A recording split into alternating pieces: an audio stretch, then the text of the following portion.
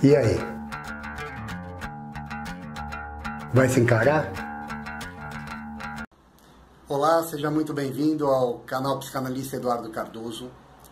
Agradeço a você que nos assiste, você que nos acompanha, que traz suas sugestões, seus comentários. Continue nos mandando sugestões e eu vou continuar respondendo aqui através dos vídeos. Hoje eu vou falar a respeito de luto e melancolia. O Freud ele foi muito perspicaz quando ele percebeu a diferença, embora sejam duas situações de perda, mas ele viu peculiaridades muito interessantes entre um e o outro. E a importância de se viver um e de se trabalhar com o outro. Por exemplo, no luto. O que é o luto? É quando eu perco alguém realmente importante, alguém que morreu. Eu realmente perco um objeto. Então, uma pessoa que morre, um ente querido, um animal de estimação. Eu sinto muita falta daquela pessoa ou daquele animal. Por quê? Era o meu dia a dia. Então o Freud ele traz que isso é necessário, esse luto é necessário viver. Um detalhe importante é que no luto o mundo exterior se torna vazio. As coisas já não têm mais graça como eram antes. Você vai ter saudade da pessoa, de viver momentos que você vivia com aquela pessoa, de conviver com aquela pessoa, pequenos detalhes ou grandes situações. E na psicanálise, o Freud ele incentiva você a realmente viver esse luto.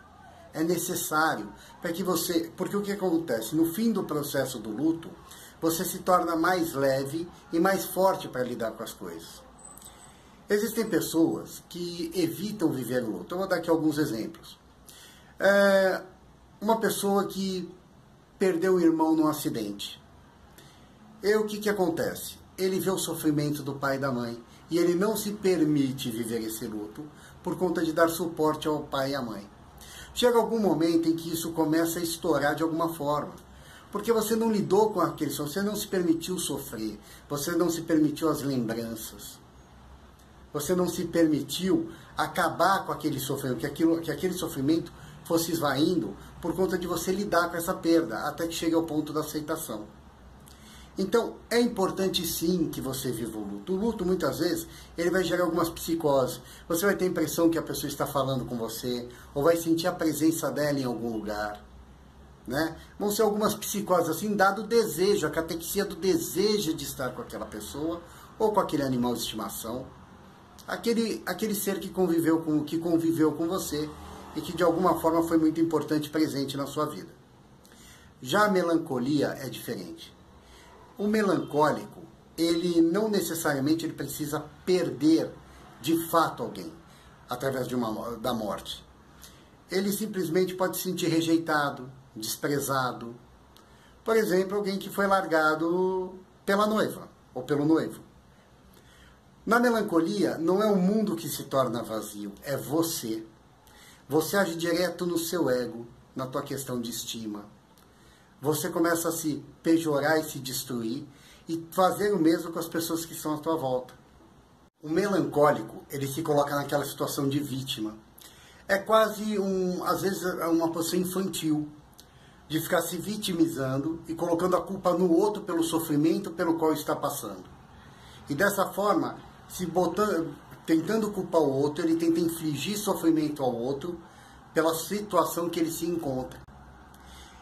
Essa energia toda que se gasta em torno de ficar remoendo situações, ficar imaginando condições de fazer com que o outro sofra e sinta o que ele fez você sentir, por você não ter entregue o que ele realmente queria, da maneira como ele queria, ele vai cada vez se destruindo mais.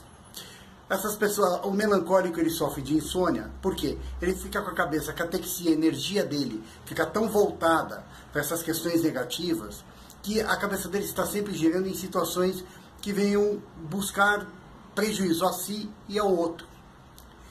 Um movimento também muito perigoso da melancolia é o próprio suicídio. Porque o suicida, a ideia deles é punir o outro, que o outro sinta o mal que fez a ele. Esse é o movimento da melancolia também. A pessoa ela vai se movimentando no intuito de fazer com que o outro sofra, tirando até a sua própria vida, para que o outro se sinta culpado por essa ação que foi feita. É interessante que se perceba, tanto com você quanto a pessoa que está ao lado, se está passando por esse processo, porque essa pessoa ela precisa fazer uma análise. Sim, ela precisa entender que ela está se tornando desinteressante. O melancólico se vê como egoísta, ele se vê como uma pessoa má, ele não se vê como uma pessoa boa, uma pessoa com capacidade de realização.